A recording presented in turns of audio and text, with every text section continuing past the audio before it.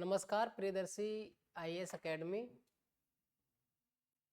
आज हम देखेंगे मॉडर्न इंडिया में जो पढ़ रहे थे हम डेट वाइज लेक्चर को, तो हमने 1599 से लेकर के 1925 तक डेट को पढ़ लिया था, है ना। 1925 के बाद 1926 से लेकर के 1947 तक जब देश हमारा आज़ाद नहीं हो जाता तब तक उस लेक्चर को हम पढ़ते रहेंगे।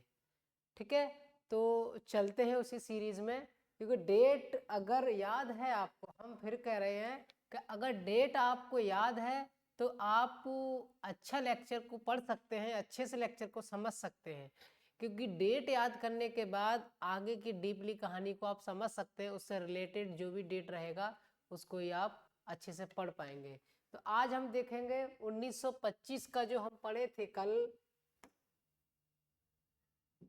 1925 की जो डेट पढ़े थे जिसमें हुआ था काकोरी कांड। 1925 का क्या था? काकोरी कांड। अब काकोरी कांड में क्या ट्रेन लूटी गई थी, है ना, खजाने को लूट लिया गया था, और जिसमें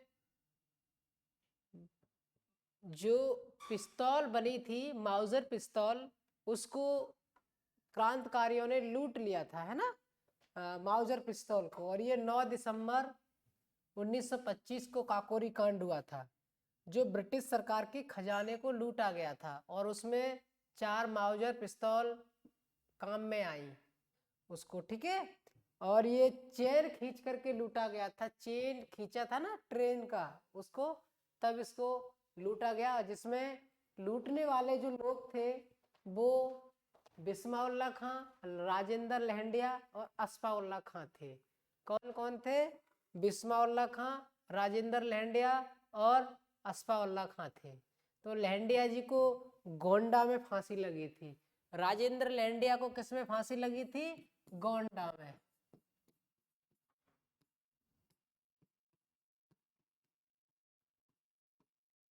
गोंडा में फांसी लगी थी।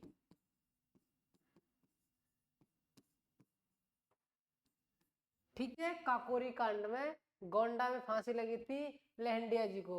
और अस्फाउल्ला खां और बिस्माउल्ला खां, बिस्माउल्ला खां को गोरखपुर में लगी।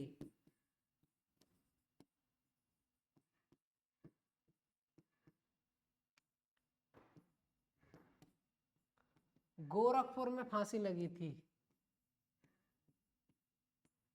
ठीक है, तो ये चीजें याद रखनी है आपको कि काकोरी कांड में ट्रेन की चेन खींच करके ट्रेन के खजाने को लूटा गया था, और उसमें राजेंद्र लहंडिया जी को, बिस्माउल्ला खां को, अस्फाउल्ला खां को फांसी पर चढ़ा दिया गया था।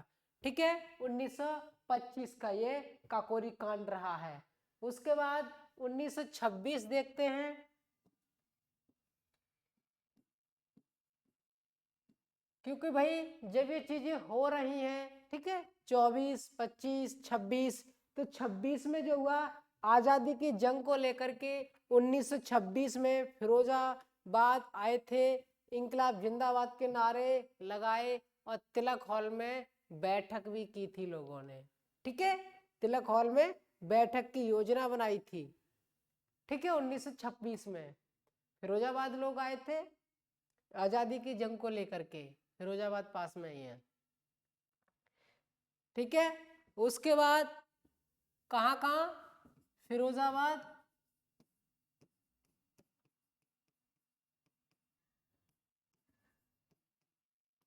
आजादी की जंग को लेकर के, जंग को लेकर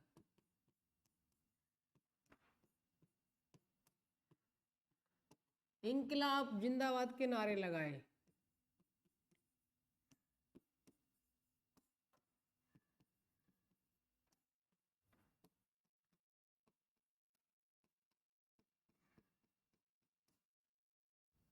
इंकलाब जिंदाबाद के नारे लगाए और तिलक हॉल में बैठक भी की थी। उसके बाद 1927 में साइमन कमीशन गठित होता है। 1927 में क्या? साइमन कमीशन गठित होता है। और कहाँ होता है ये 1927 में साइमन कमीशन?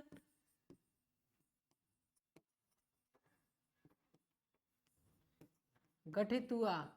कहाँ? लंदन में गठित होता है। कहाँ साइमन कमीशन कहाँ होता है?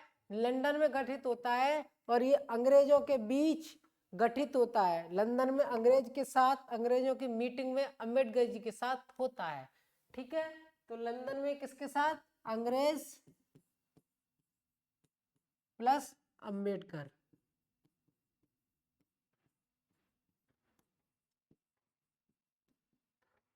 साइमन कमीशन गठित होता है लंदन में अंग्रेज और अंबेडकर जी के बीच साइमन कमीशन गठित होता है 1927 में। ठीक है, और ये साइमन कमीशन जो था ये 1919 के एक्ट को, जो 1919 का रॉलेट एक्ट था, उस रॉलेट एक्ट को सुधारने के लिए साइमन कमीशन गठित किया गया था। ठीक है, 1919 का रॉलेट एक्ट था, उसमें सुधार करने के लिए साइमन कमीशन को गठित किया गया था। और ये 1927 में जब गठित हुआ तो 1928 में साइमन कमीशन भारत आया। 1928 में साइमन कमीशन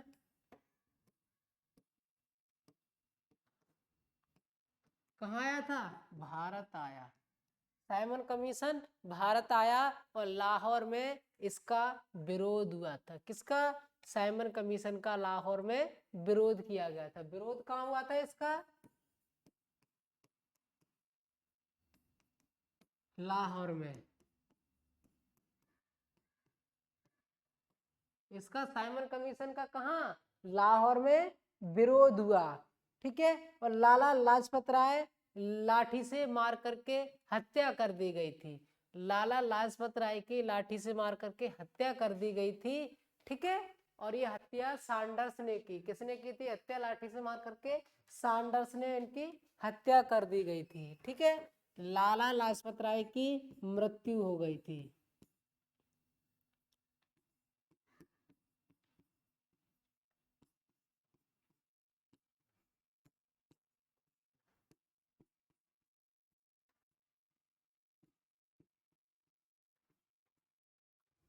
सैंडर्स ने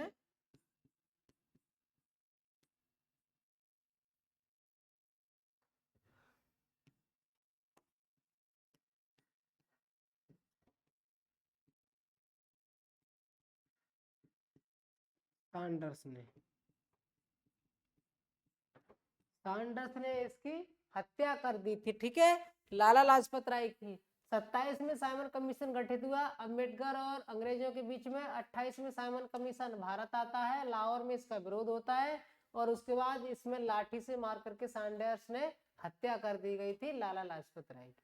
ठीक है, सैंडर्स ने हत्या की थी लाठी से लाला लाजपत राय की। उसके बाद जब ये फिर बटुकेश्वर दत्त थे, है ना, वहां पर, और भगत सिंह सुखदेव राजगुरु ने, ठीक है, बटुकेश्वर दत्त थे, भगत सिंह थे, सुखदेव थे, राजगुरु थे।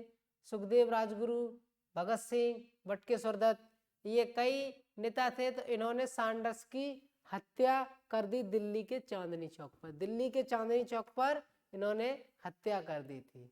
ठीक है, कहाँ की थी? दिल्ली के चांदनी चौक पर। किसकी? सैंडर्स की हत्या कर दी थी। बटुकेश्वर दत्त थे, ठीक है, राजगुरु थे, सुखदेव थे, भगत सिंह थे, ये कई लोग थे। इन्होंने दिल्ली के चांदनी चौक पर सैंडर्स की हत्या कर दी गई। तो याद रखना, जब ये हमारा, जब 1928 का साइमन कमीशन गठित होता है, साइमन कमीशन भारत आता है, 27 में तो गठित हुआ, साइमन कमीशन 28 में भारत आता है, लाहौर में विरोध होता है इसकी, और सैंडर्स की लाठी से हत्या, वो सॉरी, लाला लाजपत राय की लाठी से हत्या कर दी जाती है। सैंडर्स इसकी हत्या करते हैं। उसके बाद सैंडर्स को फिर कौन? बटुकेश्वर दत्त, भगत सिंह, राजगुरु, सुखदेव, ये लोग मिलकर के दिल्ली के चांदनी चौक पर सैंडर्स की हत्या कर देते हैं। ठीक है, आगे देखते हैं। 1928 की डेट को हम पढ़ लिए थे। 1928 के बाद फिर हम आते हैं 1929 पर। 1929 की जो डेट है, 1929 पर आएंगे और 1929 पर देखेंगे, क्योंकि याद रखना 25 के बाद, काकोरी कांड के बाद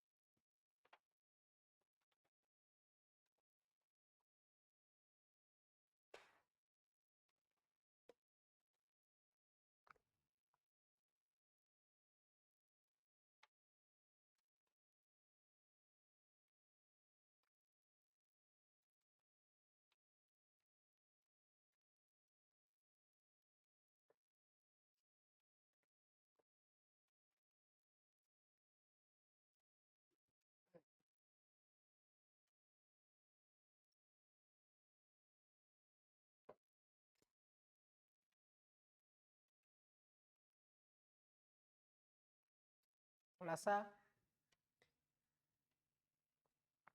2 मिनट का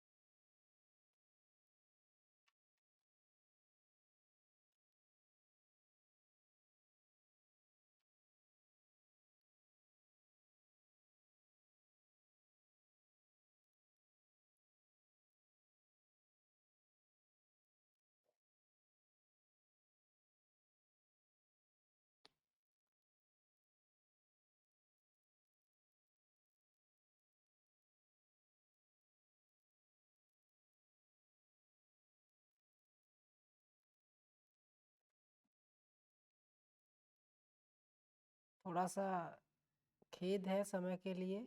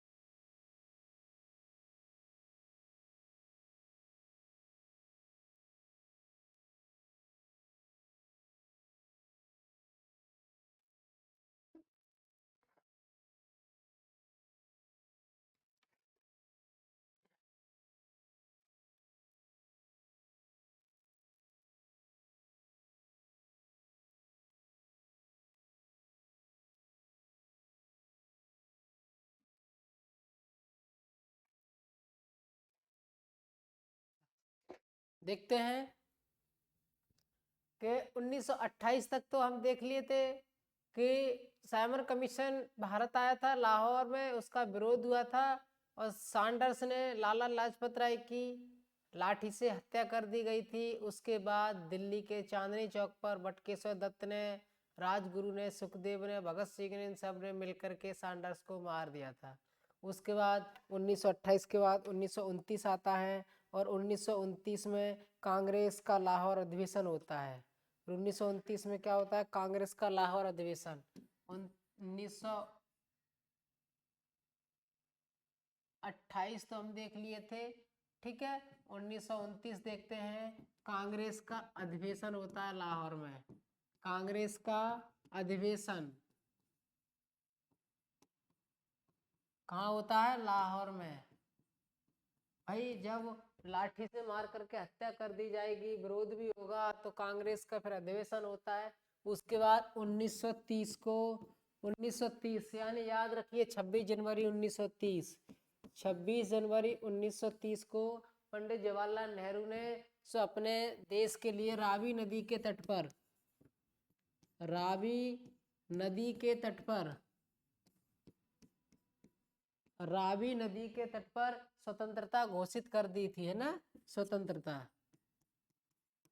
झंडा फहरा करके स्वतंत्रता को घोषित कर दिया गया था। रावी नदी के तट पर एक स्वतंत्रता घोषित पंडित जवाहरलाल नेहरू ने 26 जनवरी 1930 को कर दी। और उसी को अपनाते, उसी को याद में रखते हुए थे, याद में रख करके 1947 को हमारा स्वतंत्रता दिवस घोषित मनाया, याद करते हुए, ठीक है। स्वतंत्रता दिवस को घोषित किया गया था 1947 की डेट को देखते हुए, ठीक है। तो 1947 में जब देश को स्वतंत्रता के रूप में मनाया गया था, तो इसी दिन को याद किया गया था 26 जनवरी 1930 को, 30 को याद किया गया था स्वतंत्रता दिवस को लेकर के। उसके बाद में 1930 के बाद 1930 में और भी घटनाएं घटित हुई हैं कि 1930 में डांडी मार्च भी निकला है। 1930 में गांधी जी ने डांडी मार्च भी निकाला है। 1930 को गांधी जी ने डांडी मार्च भी निकाला है। डांडी मार्च भी निकाला है, ठीक है। 1930 को डांडी मार्च भी इन्होंने निकाला है। 240 किलोमीटर की क्या वो सफर तय किया है, ठीक है। 69 लोगों के साथ इन्होंने सफर शुरू किया, 78 लोगों के साथ, ठीक है। 78 लोगों के साथ इन्होंने क्या सफर शुरू किया है, ठीक है।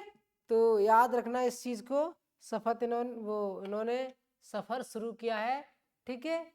पोरबंदर से, गुजरात से पोरबंदर तक इन्होंने सफर को शुरू किया है गांधी जी ने 1930 को 78 लोगों के साथ सफर किया था शुरू, ठीक है। पैदल मार्च किया था इन्होंने, ठीक है।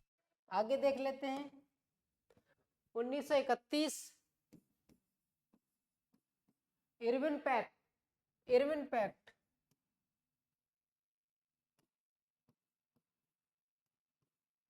इरविन पैक्ट 1932 पूना पैक्ट,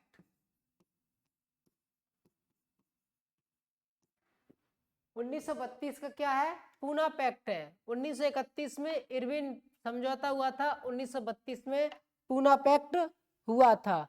1932 के बाद 1934 में कांग्रेस से इस्तीफा गांधी जी ने दे दिया था।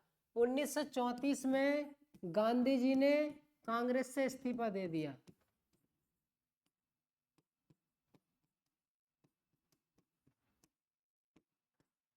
उन्नीस में गांधी जी ने क्या इस्तीफा दे दिया था कांग्रेस से। उसके बाद मेन फैक्टर जो हमारा आता है 1935, 1935 और ये भारत शासन अधिनियम है। 1935 का क्या है? ये भारत शासन अधिनियम, भारत शासन अधिनियम 1935। और ये जो 1935 है भारत शासन अधिनियम, यही अभी संविधान का 40% भाग को माना गया है। 40% भाग 1935 के भारत शासन अधिनियम से सेम टू सेम ऐसे होता है। कितना है?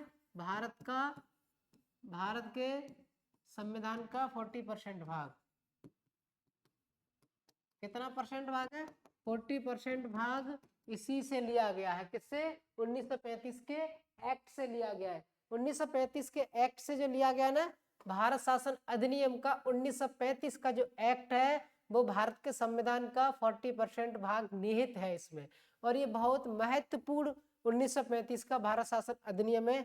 इसमें देख लेते हैं भारत शासन अधिनियम 1935 में क्या क्या है, इसकी विशेषताएं क्या है। कि इसकी जो विशेषताएं, अखिल भारतीय संघ की व्यवस्था, अखिल भारतीय संघ की व्यवस्था के साथ साथ ये जो है क्या है कि 11 ब्रिटिश प्रांत है इसके अंदर, 6 चीफ कमिश्नरी। कितना? 11 ब्रिटिश प्रांत, 6 चीफ कमिश्नरी,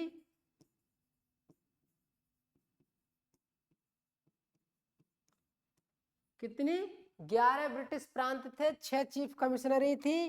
ठीक है, और क्षेत्र प्रांतों के लिए संघ में सम्मिलित होना अनिवार्य था, यानी इनके लिए अनिवार्य होना था इनके लिए क्या, 11 ब्रिटिश प्रांतों को, 6 चीफ कमिश्नरी को इसमें क्षेत्र में संघ में सम्मिलित होना था। लेकिन देशी रियासतों के लिए ऐच्छिक छोड़ दिया गया था। और जो देशी रियासत थी, देशी रियासतों के लिए क्या, उनके इच्छा पर, उनकी इच्छा पर छोड़ दिया गया था देशी रियासत। कहने का मतलब यह है कि 1935 का जो भारत शासन अधिनियम है, इस भारत शासन अधिनियम में भारत के संविधान का 40% भाग इसमें निहित कर दिया गया है। और इसमें अनिवार्य रूप से जो दिखाया गया था इस शासन में रहने के लिए, तो 11 ब्रिटिश प्रांत थे, 6 चीफ कमिश्नरी क्षेत्र थे, 6 चीफ कमिश्नरी क्षेत्र थे। और इनमें से क्या कि जो देशी रियासत थी, देशी रियासतों को सम्मिलित होने के लिए उनकी इच्छा पर छोड़ दिया गया था कि वो अपनी इच्छा पर है, ऐच्छिक है, रियासत वाले कि शामिल हो सकते हैं या नहीं। ठीक है, लेकिन 11 ब्रिटिश प्रांतों को और 6 चीफ कमिश्नरी क्षेत्रों को इसमें अनिवार्य रूप से रहना यानी सम्मिलित होना जरूरी था। 1935 में देख लेते हैं कि सूचियों का, इसमें कुछ सूचियों का रोल है। ठीक है, इसमें 1935 में 3 सूची है, 3 शेड्यूल है। कितनी है? 1935 में कितनी सूची है? 3 सूचियां हैं। 1935 में कितनी सूचियां हैं? 3 सूची है। कितनी है? यानी 3 सूची है। 1935 में कितनी सूची है? 3 सूची है। मुख्य दिखा रहे हैं कि भारत शासन अधिनियम का जो फैक्टर है, जो फैक्ट्स है वो क्या क्या है और कितना महत्वपूर्ण है। तो सबसे पहले देख लेते हैं, इसमें 3 सूची का प्रावधान इसमें दिया गया है। केंद्र सूची, राज्य सूची, समवर्ती सूची। कौन कौन सी सूची है? पहले नंबर केंद्र सूची है, केंद्र सूची। ठीक है, दूसरी राज्य सूची, राज्य सूची, और तीसरी समवर्ती सूची।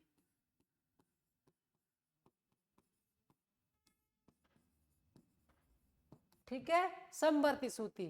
ठीक है, यानी सेंट्रल शेड्यूल है, स्टेट का है और कॉन्करेंट है। ठीक है, तीनों है, केंद्र सूची, राज्य सूची, समवर्ती सूची। केंद्र सूची जो है उसमें 59 विषय हैं। कितने? 59 विषय हैं। इसमें विषय कितने हैं? 59 विषय हैं।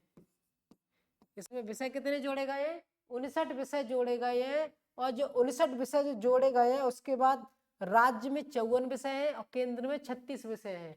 राज्य में कितने हैं? 54 विषय। राज्य में 54 विषय हैं और समवर्ती में 36 विषय हैं। समवर्ती में कितने हैं?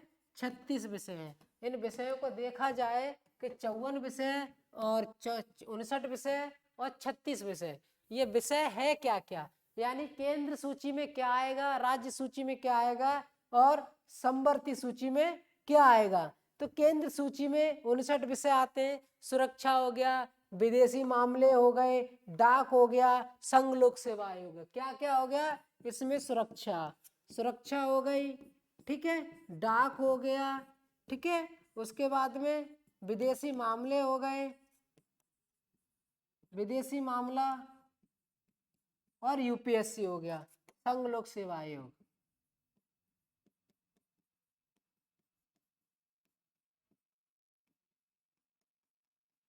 समझ रहे हैं? तो ये 59 विषय में ऐसे ही विषय है। उसके बाद में देखा जाए इसमें राज्य सूची में जो विषय है वो 54 विषय है, शिक्षा, भू राजस्व, सार्वजनिक स्वास्थ्य और न्याय। इसमें क्या हो गया, शिक्षा हो गया, स्वास्थ्य हो गया, ठीक है, न्याय हो गया और सुरक्षा हो गई। ठीक है, इसमें भू राजस्व भी दे दिया गया, भू राजस्व भी है इसमें। ठीक है, क्या है, भू राजस्व, जमीन से संबंधित भू राजस्व भी इसमें दे दिया गया है। उसके बाद केंद्र सूची की बात करेंगे, वो केंद्र सूची, संवर्त राज्य सूची और संवर्ती सूची में 36 विषय हैं। इसमें से देखेंगे क्या है, दीवानी, फौजदारी, विवाह, तलाक। दीवानी है, फौजदारी, विवाह और तलाक। ठीक है, ये चीजें हैं मतलब समवर्ती सूची में। ठीक है, और कारखाने आदि भी इसी में शामिल हैं, फौजदारी वगैरह कारखाने भी इसमें शामिल हैं। क्या, कारखाने।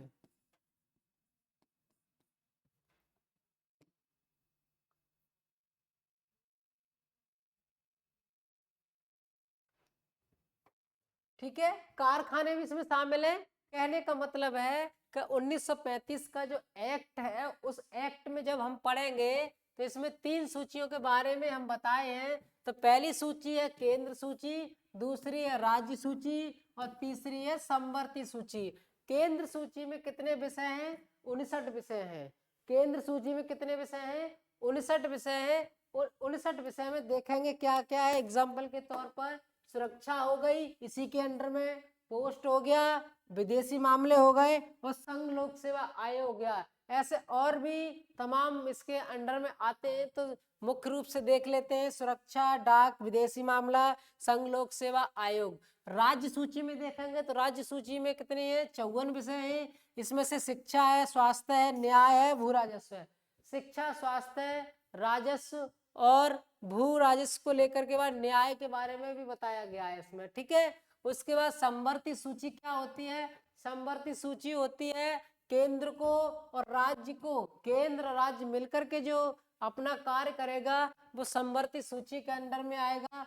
जैसे समवर्ती सूची में 36 विषय हैं, उन 36 विषयों में से दीवानी को, फौजदारी को, विवाह को, तलाक को, कारखाने को लेकर के स्टेट और सेंट्रल दोनों मिलाकर के कार्य करेंगे, तब बनेगा समवर्ती सूची। तो केंद्र सूची अपने फैसले, राज्य सूची के ये फैसले और समवर्ती सूची के ये फैसले। जो ये फैसले हैं ये अनुसूची यानी सूचियां जो दी गई हैं उसके हैं। तो सूचियां याद रख लीजिए, बहुत इंपॉर्टेंट सूचियां रहती हैं।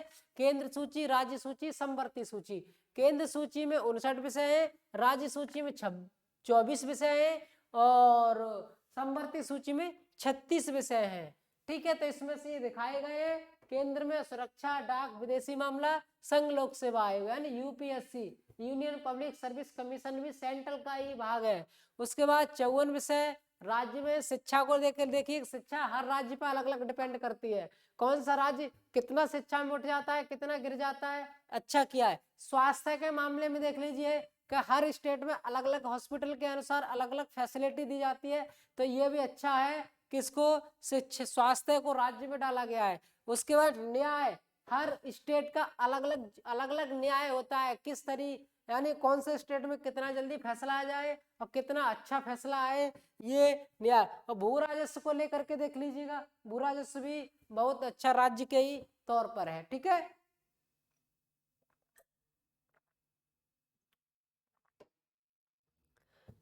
ठीक है, तो याद रखना शिक्षा, स्वास्थ्य, न्याय और भू राजस्व ये स्टेट पे फोकस करता है, स्टेट के अंडर में आता है। भाई जो जितना स्टेट पावरफुल होगा भाई अपनी इन व्यवस्थाओं को ऊंचा कर लेगा। ठीक है, उसके बाद में समवर्ती सूची, समवर्ती सूची में 36 विषय हैं। दीवानी है ना, फौजदारी, विवाह, तलाक, कारखाना। जैसे मान लीजिए कि कोई सुप्रीम कोर्ट का केस हो गया भाई, डिस्ट्रिक्ट जुडिशरी से जाता है, हाई कोर्ट होते हुए सुप्रीम कोर्ट में आता है ना, तो ये सेंटर और स्टेट दोनों ही मिलकर के कार्य करते हैं, तब इसको बनता है। फौजदारी हो गया, विवाह हो गया, तलाक हो गया, ये समवर्ती सूची का भाग है। ठीक है। और इसमें देख लेते हैं 1935 में क्या है।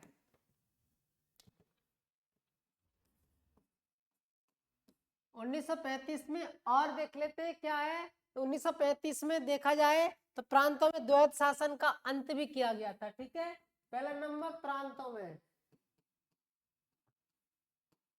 द्वैत शासन का अंत भी किया गया था।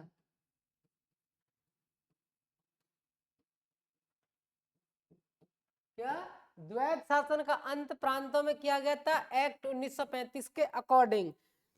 केंद्र में द्वैत शासन की स्थापना की गई थी। ठीक है, यहाँ खत्म कर दिया गया था, लेकिन केंद्र में द्वैत शासन की, केंद्र में द्वैत शासन की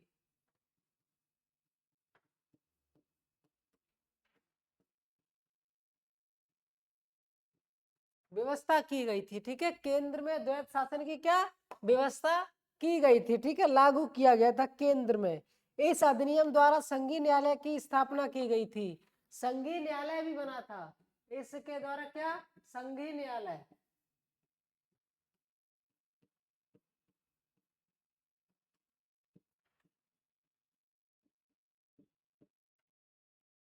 संघीय न्यायालय की स्थापना भी की गई थी इसी एक्ट के द्वारा। 1935 भारत शासन अधिनियम के द्वारा संघीय न्यायालय की स्थापना भी की गई थी। ठीक है, उसके बाद में इसके जो मॉरिस ग्वायर मुख्य न्यायाधीश रहे थे, कौन इसके जो चीफ थे, मॉरिस ग्वायर।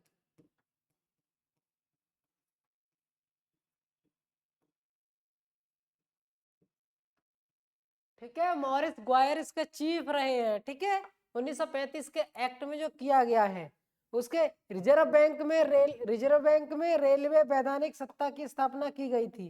ठीक है, आरबीआई की भी स्थापना की गई थी 1935 में ही। किसकी? आरबीआई। 1935 में रिजर्व बैंक ऑफ इंडिया की स्थापना की गई थी। आरबीआई की स्थापना 1935 में ही की गई है। ठीक है, तो ये तमाम चीजें जो हैं 1935 में, ठीक है, दिखाई गई है। प्रांतों में द्वैत शासन का अंत हुआ है, केंद्र में द्वैत शासन लगाया गया है, और तीसरा संघीय न्यायालय की स्थापना हुई है। चौथा 1935 में आरबीआई की भी स्थापना हुई है। कहने का मतलब ये है कि 1935 का जो एक्ट है वो एक्ट भारत शासन अधिनियम 1935 का जो एक्ट भारत के संविधान का 40% भाग है। कितना है? 40% भाग है इसका 1935 का भारत शासन अधिनियम का। ठीक है, आगे नेक्स्ट देखते हैं कि 1935 के बाद 1936 में देखेंगे। 1936 में पहला आम चुनाव हुआ था। 1936 में पहला आम चुनाव, इसको डिटेल में जानेंगे, याद रख लीजिए। 1936 में पहला आम चुनाव हुआ था। ठीक है, 1936 में इसके तहत प्रांतीय चुनाव ब्रिटिश इतिहास की महत्वपूर्ण घटना थी। प्रांतीय चुनाव जो थी वो महत्वपूर्ण घटना थी। प्रांतीय चुनाव की इतिहास की महत्वपूर्ण घटना रही है ये।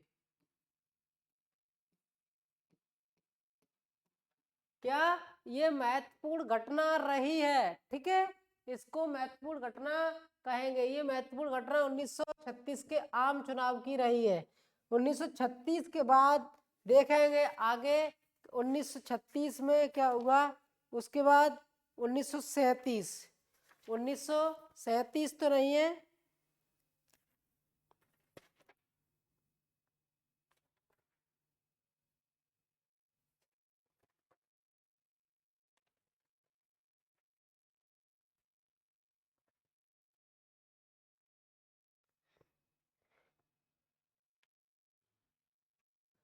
उन्नीस सौ छत्तीस के बाद सीधे सीधे 1939।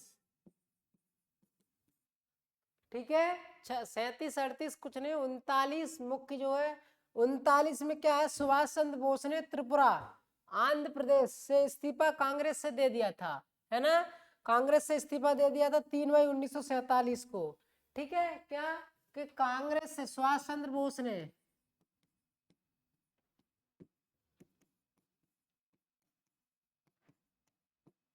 कांग्रेस से इस्तीफा दे दिया था ठीक है, कांग्रेस से इस्तीफा दे दिया था 1939 में। ठीक है, 1939 में कांग्रेस से इस्तीफा दे दिया था सुभाष चंद्र बोस ने। ठीक है, आगे हम देखते हैं कि 1939 में इस्तीफा दिया। 3 मई 1939 को कलकत्ता में फॉरवर्ड ब्लॉक पार्टी की स्थापना भी की थी। ठीक है, फॉरवर्ड 3 मई कलकत्ता में किसकी? फॉरवर्ड ब्लॉक पार्टी की स्थापना है।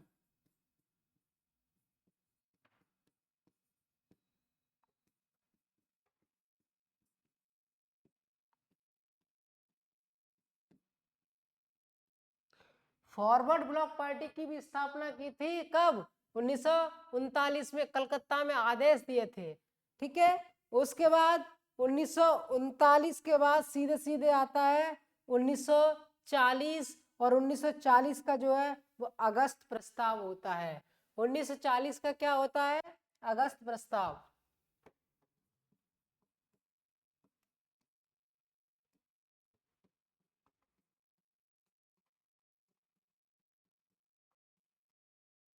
1940 का अगस्त प्रस्ताव और 1942 का क्रिप्स मिशन। 1940 के अगस्त प्रस्ताव में देखा जाए कि भारत के तत्कालीन वायसराय जो थे, भारत के तत्कालीन वायसराय 1940 में घोषणा की, इसका विरोध कांग्रेस और मुस्लिम लीग दोनों ने किया था। ठीक है, ये 1940 का जो अगस्त प्रस्ताव है, 1940 का अगस्त प्रस्ताव, इसको डिटेल में देखेंगे। अच्छा है, इसका एक टॉपिक पर अच्छे से वीडियो बनाएंगे इसका। 1940 का बड़ा, ठीक है, और अगस्त प्रस्ताव है। ठीक है, 1942 में क्या भाई कारण यही है कि 1940 को हिंदू और मुस्लिम दोनों ने इसका विरोध किया था, और कांग्रेस ने अगस्त प्रस्ताव को मंजूरी नहीं दी थी। ठीक है, अगस्त प्रस्ताव, ठीक है, इसको मंजूरी नहीं दिया गया। कांग्रेस और वो हिंदू मुस्लिम इन दोनों लोगों ने इस प्रस्ताव का विरोध किया था, और कांग्रेस ने इसको मंजूरी भी नहीं दी थी। ठीक है, संवैधानिक परिवर्तन लागू नहीं हुआ। ठीक है, आगे देख लेते हैं 1942 का क्रिप्स मिशन। 1942 का क्या होता है? क्रिप्स मिशन होता है।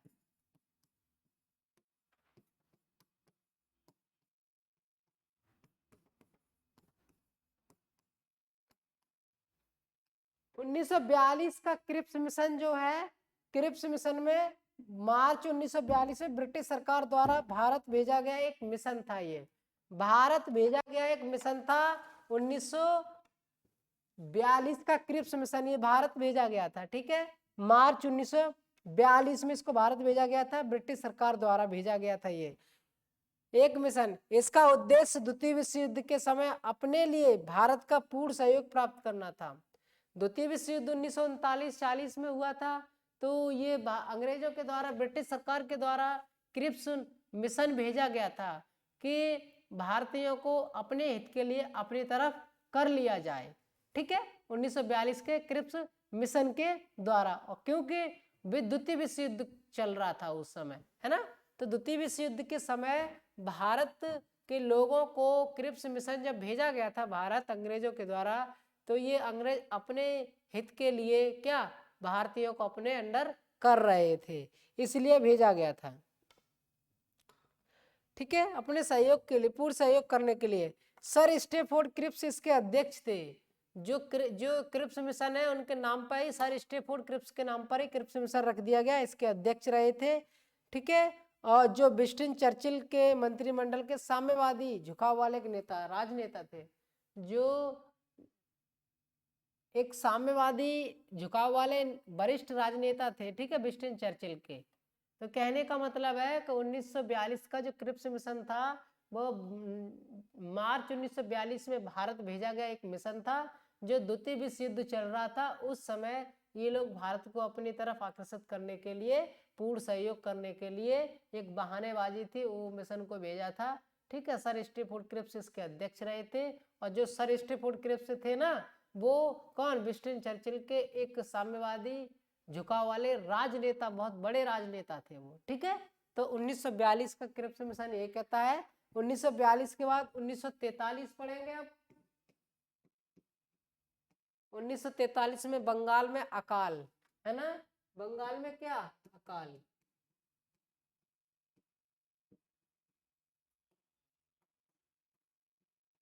बंगाल में क्या, अकाल। 1943 में बंगाल में अकाल। अकाल क्या था कि भाई वर्तमान जो बांग्लादेश है उसकी बात करेंगे कि भारत का पश्चिमी बंगाल, बिहार और उड़ीसा, है ना, बिहार उड़ीसा पश्चिम बंगाल की बात करेंगे। मैं एक भयानक अकाल पड़ रहा था उस समय, द्वितीय विश्व युद्ध चल रहा था तो अकाल तो पड़ ही रहा था उस समय, ठीक है। पश्चिम बंगाल हो गया, बिहार हो गया, उड़ीसा हो गया, उस समय अकाल पड़ रहा था। तो उस अकाल को देखते हुए द्वितीय विश्व युद्ध चल रहा था, तो 30 लाख लोग करीब बताए 30 लाख लोग लगभग मारे गए थे भूख के कारण से, ठीक है, तड़प कर जान गंवा दी थी उन्होंने। और द्वितीय विश्व युद्ध का समय था। माना जाता है इस युद्ध का जो कारण माना जाता है लोगों के द्वारा, वो उत्पादन का घटना थी, यानी अनाज के उत्पादन की घटना को माना जाता है कि अनाज का उत्पादन नहीं हो पाया था। बंगाल में जो अकाल पड़ा था लगभग भूख से 30 लाख लोग मारे गए थे। तो उसमें जो घटना घटित हुई है, जो मुख्य कारण बताया गया था कि अनाज का उत्पादन नहीं हो पाया है। किसका उत्पादन नहीं हो पाया है, अनाज का उत्पादन।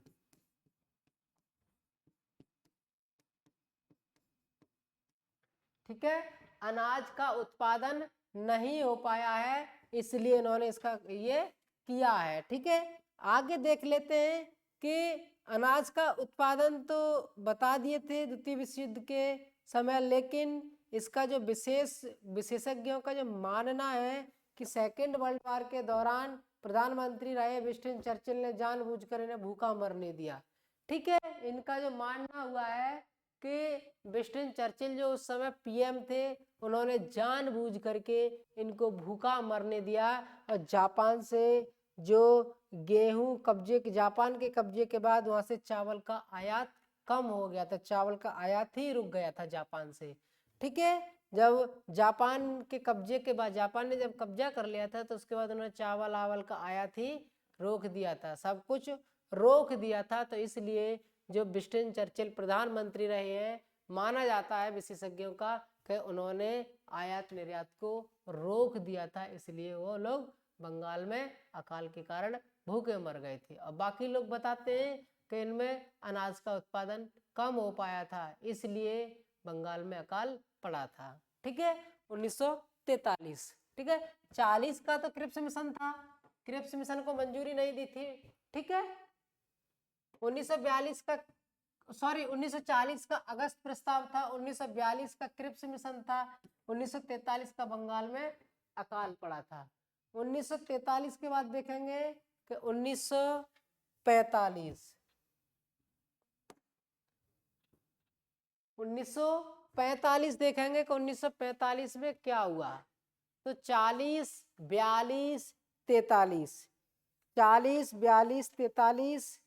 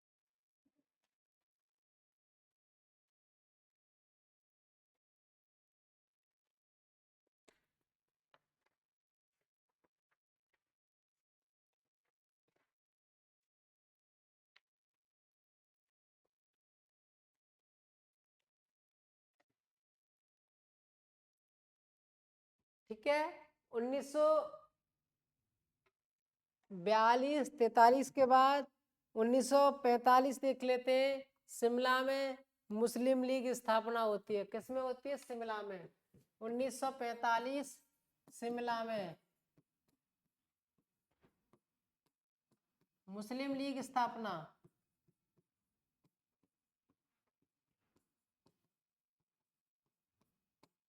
ठीक है।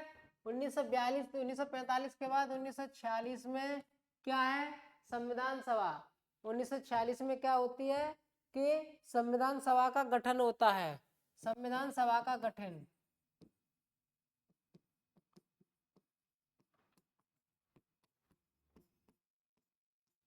गठन होता है।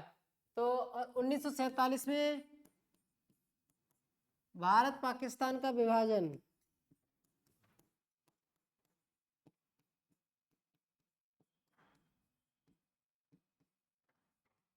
3 जून 1947 को, डेट है इसका 3 जून 1947 को। और 9 दिसंबर 1946 को बैठक होती है संविधान सभा की। 9 दिसंबर 1946 को संविधान सभा की बैठक होती है। और ये बैठक पहली बार 9 दिसंबर 1946 को दिल्ली के सेंट्रल हॉल में होती है। 9 दिसंबर 2 दिन की ये संविधान सभा की पहली बैठक होती है। और इसमें जो अस्थायी अध्यक्ष बनते हैं वो डॉक्टर सच्चिदानंद सिन्हा को बना दिया जाता है। उसके बाद 9 दिसंबर के बाद 11 दिसंबर 1946 को दूसरी बैठक होती है, जिसमें स्थायी रूप से डॉक्टर राजेंद्र प्रसाद को अध्यक्ष के रूप में नियुक्त किया जाता है। ठीक है, तो 9 दिसंबर, 11 दिसंबर, 13 दिसंबर, आगे चलते जाएंगे क्या क्या हुआ है, 22 जुलाई को क्या हुआ था। ठीक है, ये सारी चीज इंपॉर्टेंट, बाकी तो सारी डेटे इंपॉर्टेंट है। ठीक है, आगे से जब 3 जून 1947 को भारत पाकिस्तान का विभाजन हो जाता है, ठीक है, 3 जून 1947 को, तो आज हम सारी डेटों को क्लियर कर लिए हैं कि सारी डेटे जो है किस तरीके से कैसे याद रहना चाहिए। तो जो हम बताए थे कि 1925 के बाद में जो डेट थी, 1925 हुआ, ठीक है, 26 हुआ, 27, 28, 29, 30, 31, 32, 34, ठीक है।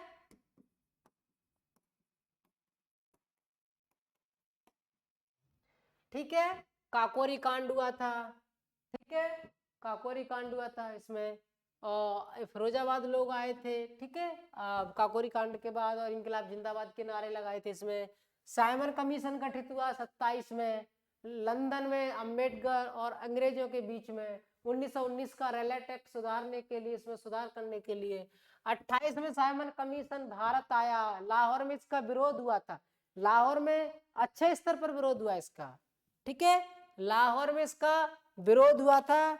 और सैंडर्स ने लाठी से हत्या कर दी थी, किसकी, लाला लाजपत राय की, ठीक है।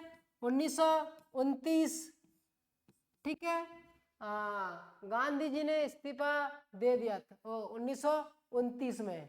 1929 में कांग्रेस लाहौर अधिवेशन हुआ था, सॉरी, कांग्रेस लाहौर अधिवेशन हुआ था 1929 में। क्या, कांग्रेस लाहौर अधिवेशन,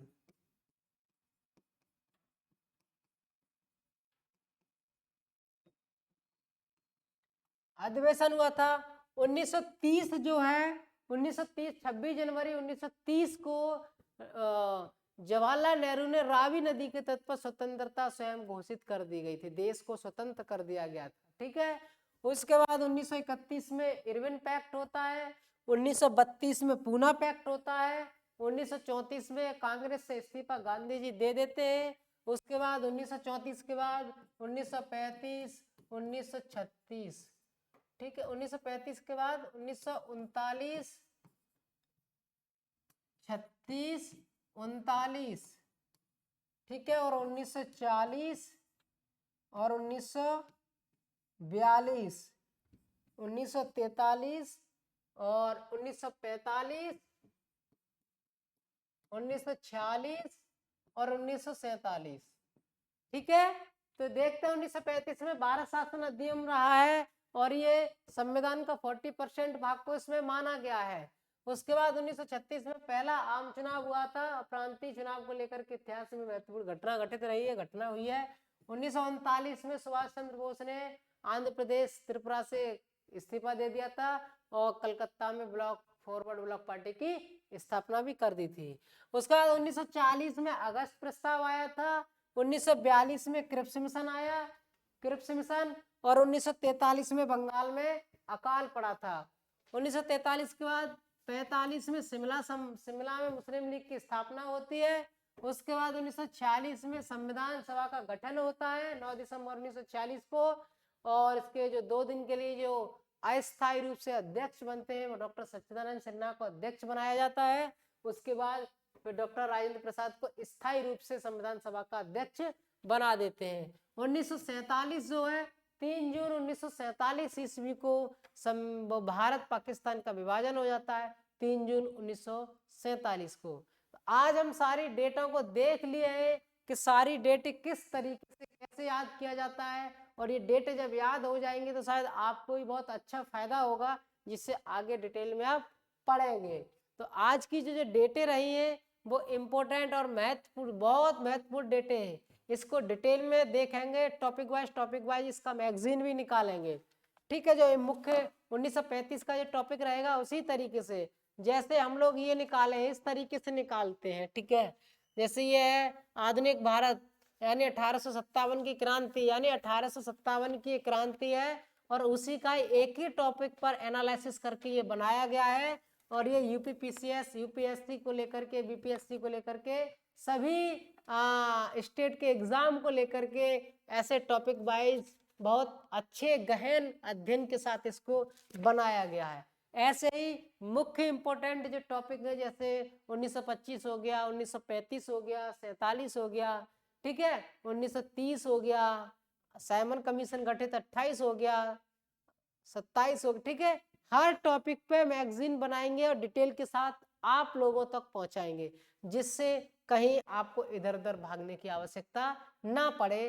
तो डेटे जिस तरीके से हम देखे थे ना, तो एक सांस में सारी डेटे देख लेते हैं कि 1599 में जॉन मेल्डेनवॉल आया था।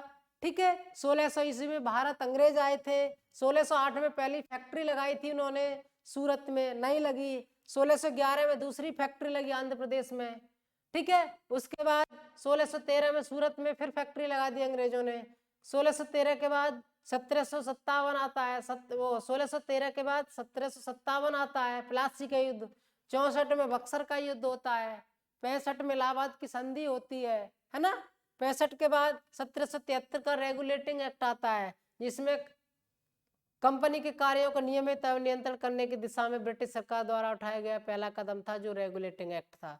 1773 के बाद 1857 आता है। 1857 में क्रांति होती है।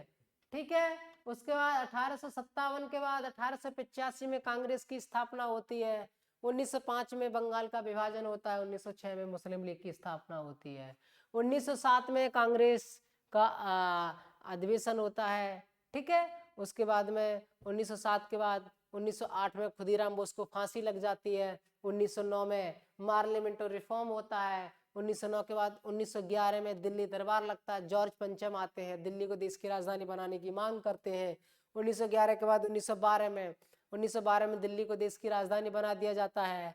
1912 में देश की जब राजधानी बना देते हैं और बिहार राज्य का निर्माण भी हो जाता है 1912 में। उसके बाद 1914 में प्रथम विश्व युद्ध होता है जर्मनी और इंग्लैंड के बीच को लेकर के। 1914 के बाद 1915 में गांधी जी अफ्रीका से वापस आते हैं अपोलो बंदरगाह पर, कहाँ, मुंबई में। 1915 के बाद 1916 में क्या होता है कि जब 1916 में लखनऊ अधिवेशन होता है। 1916 में जब कांग्रेस का लखनऊ अधिवेशन होता है, उस अधिवेशन में गांधी जी आते हैं, राजेंद्र प्रसाद भी आते हैं और रामचंद्र शुक्ल भी आते हैं। रामचंद्र शुक्ल गांधी जी से कहते हैं कि आप बिहार में हमारी नगरी में आइए। तो रामचंद्र शुक्ल जब ये बात कहते हैं 1916 में, तो 1917 में चंपारण सत्याग्रह होता है बिहार में। चंपारण सत्याग्रह जब बिहार में होता है, गांधी जी वहां जाते हैं, समस्याओं को सुनते हैं, नील की खेती को लेकर के तिनकठिया की जो प्रथा चली आ रही है उसको खत्म कराते हैं। 1917 के बाद फिर 1918 का खेड़ा आंदोलन कहाँ हो जाता है, गुजरात में, अहमदाबाद में। वहां के मिल मजदूरों की समस्या को लेकर के गांधी जी वहां अपना सत्याग्रह करते हैं। 1918 के बाद 1919 में रॉलेट एक्ट आ जाता है, जलियांवाला हत्याकांड होता है। उस जलियांवाला हत्याकांड में जब जनरल डायर के कहने पर गोली चला दी जाती है तो भारतीय लोगों की 1000 लोगों की मृत्यु हो जाती है। उसके बाद 1919 के बाद 1920 असहयोग आंदोलन बहुत चरम सीमा पर हो जाता है। ठीक है, जो जलियांवाला बाग पंजाब के अमृतसर में होता है। ठीक है, वो जलियांवाला 1919 होता है, 19 के बीच में असहयोग आंदोलन बहुत बहुत बड़े विस्तार पे हो जाता है। असहयोग आंदोलन हुआ था कि जब विश्व युद्ध हुआ था तो उसके बाद में जो तुर्की के खलीफा पद को जब खत्म कर दिया गया था, मुस्लिम का जो खलीफा पद था वो बहुत अहम खलीफा पद था, महत्वपूर्ण खलीफा पद था, तो इससे देश के मुस्लिम लोग और सारे लोग अंग्रेजों से खिलाफ हो गए थे और गांधी जी का उस समय असहयोग आंदोलन में पूर्ण रूप से सहयोग दिया था। 1921 में सहयोग आंदोलन क्या चरम सीमा पर पहुंच जाता है और 1922 में फिर चौरा चौरी कांड होता है। 1922 में जब चौरा चौरी कांड होता है तो चौरा चौरी कांड में ब्रिटिश सरकार के जवाबदेही में प्रदर्शनकारी जो थे वो थाने में आग लगा देते हैं। चौरा चौरी जो गोरखपुर में एक जगह है वहां पर थाने में जब आग लगा देते हैं तो 22 पुलिसकर्मी मारे जाते हैं और 3 कर्मचारी मारे जाते हैं। तो इसको लेकर के गांधी जी 12 मार्च मार्च 1922 में क्या राष्ट्रीय स्तर पर गांधी जी असहयोग आंदोलन को वापस ले लेते हैं। ठीक है, 1922 के बाद 1923 देखते हैं स्वराज पार्टी की स्थापना होती है। 1923 में जब स्वराज पार्टी की स्थापना होती है तो 24 में HRA हिंदुस्तान रिपब्लिक एसोसिएशन की भी स्थापना होती है। 1924 के बाद 1925 में काकोरी कांड होता है, जो ट्रेन में जो खजाना था उसको लूट लेते हैं। कौन लूटने वाला होता है? जो हमारे लूटने वाले राजेंद्र लैंडिया, बिस्मिल्लाह खां, असफाउल्लाह खां जैसे लोग होते हैं। राजेंद्र लैंडिया को गोंडा में फांसी लगा दी जाती है और बिस्मिल्लाह खां को गोरखपुर जैसे क्षेत्र में फांसी लगा दी जाती है। 1925 के बाद 1900 जब 26 आता है तो 26 में गांधी जी को जेल से रिहा किया जाता है, क्योंकि जब 1922 में चौरा चौरी कांड हुआ था तो उस समय गांधी जी को जेल में डाल दिया गया था। उसके बाद 1926 जब होता है तो 1927 में साइमन कमीशन गठित होता है लंदन में अंग्रेज और अम्बेडकर के बीच में। उसके बाद 1928 में जब साइमन कमीशन भारत आता है तो उसका लाहौर में विरोध होता है ना। 1928 में जब इसका विरोध होता है लाहौर में तो गांधी तो लाठी से हत्या किसकी कर देते हैं? सैंडर्स लाला लाजपत राय की क्या हत्या कर देते हैं। ठीक है, लाठी मार करके हत्या कर देते हैं सैंडर्स किसकी? लाला लाजपत राय की। उसके बाद बटकेश्वर दत्त है, राजगुरु है, सुखदेव है, भगत सिंह है, ये तीनों चारों लोग जाकर के क्या दिल्ली के चांदनी चौक पर किसको? सैंडर्स को मार देते हैं। उसके बाद 1928 के बाद 1929 में क्या होता है? 1929 में कांग्रेस का लाहौर अधिवेशन होता है। कांग्रेस का लाहौर अधिवेशन 1929 में होने के बाद 1930 में क्या होता है कि गांधी जी जब डांडी मार्च करते हैं पोरबंदर, गुजरात से पोरबंदर तक गांधी जी क्या करते हैं? डांडी मार्च करते हैं और 26 जनवरी 1930 को याद रखते हुए क्या स्वतंत्रता की घोषणा भी करते हैं। रावी नदी पर पंडित जवाहरलाल नेहरू के द्वारा इसकी घोषणा होती है। 1931 में इरविन पैक्ट होता है और 1932 में पूना पैक्ट हो जाता है। 1932 में पूना पैक्ट होने के बाद 1934 में गांधी जी कांग्रेस से इस्तीफा दे देते हैं और 1934 में जब इस्तीफा देते हैं तो 1935 में भारत शासन अधिनियम, ये महत्वपूर्ण और अहम अधिनियम है जो संविधान का 40% भाग माना जाता है।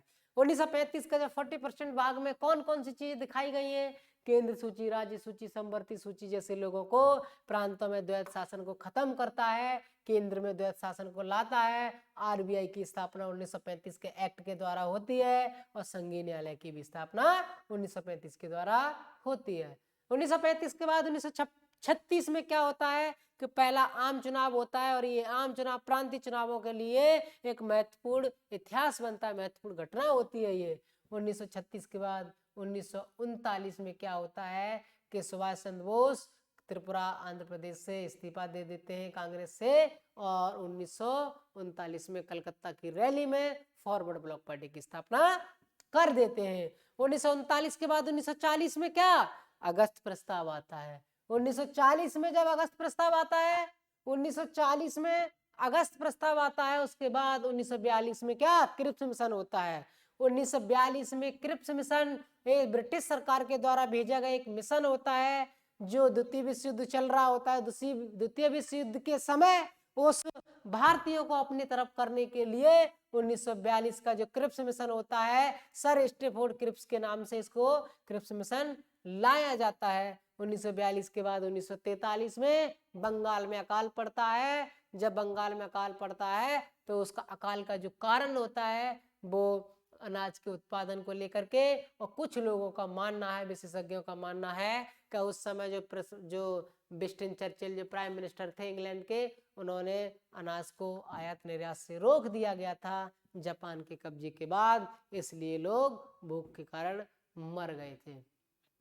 1943 के बाद 1945 में शिमला में मुस्लिम लीग की स्थापना हो जाती है, और 1946 में 9 दिसंबर 1946 को सारी समस्या झेलते झेलते झेलते झेलते एंड तक 9 दिसंबर 1946 को क्या संविधान सभा का गठन हो जाता है, और दिल्ली के सेंट्रल हॉल में गठन होता है ये। और इसमें जो स्थायी रूप से जो अध्यक्ष बनते हैं संविधान सभा के, वो डॉक्टर किसको, जो सच्चिदानंद सिन्हा को, डॉक्टर सच्चिदानंद सिन्हा को अस्थायी रूप से अध्यक्ष बनाते हैं, और 11 दिसंबर 1946 को राजेंद्र प्रसाद जी को परमानेंट अध्यक्ष बना दिया जाता है, और 3 जून 1947 को हमारा भारत और पाकिस्तान का बंटवारा हो जाता है। आज सारी डेटों को हम लोग देख लिए हैं कि जो सारी डेटे हैं वो किस तरीके से कैसे पढ़ते हैं, क्या है। सारी डेटों को पढ़ने के बाद जब देखेंगे ये डेट एक एक करके और अच्छे डिटेल के साथ बनाएंगे। तो आज प्रियदर्शी IAS अकेडमी की तरफ से जो लेक्चर था वो 1599 से लेकर के 1947 तक का पूरा हो चुका है डेट वाइज, और ये डेट वाइज आपको भेज देंगे। जब संस्था का जो नंबर है उस नंबर पर कांटेक्ट कीजिए, PDF मोड में जो भी होगा वो सब कुछ आपको हम प्रोवाइड कराएंगे। तो देखते हैं नेक्स्ट क्लास में जो आगे से रहेगा डिटेल वाइज, ये डेट डिटेल वाइज रहेगी, उसको स्टेट PCS और UPSC को लेकर के आगे पढ़ाएंगे। तो प्रियदर्शी IAS अकेडमी की तरफ से आप सभी लोगों को धन्यवाद, नमस्कार।